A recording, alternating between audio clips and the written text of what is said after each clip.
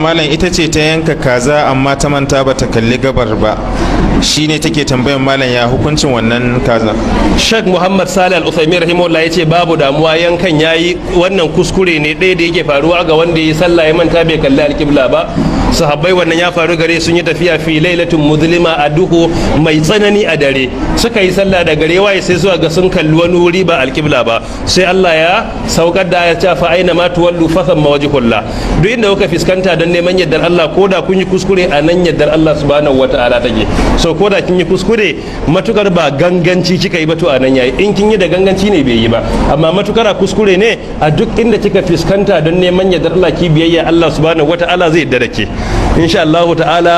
In kin ci nama yayi, in kin bari kuma ya shiga cikin man taraka bati suddan fa huwa jashidan aw majnunun ko to Allah ya sa a ci nama ayi bude baki lafiya. In kuma an ba wa injiniya Ibrahim ko aran ma gokalu rabon su to babu laifi.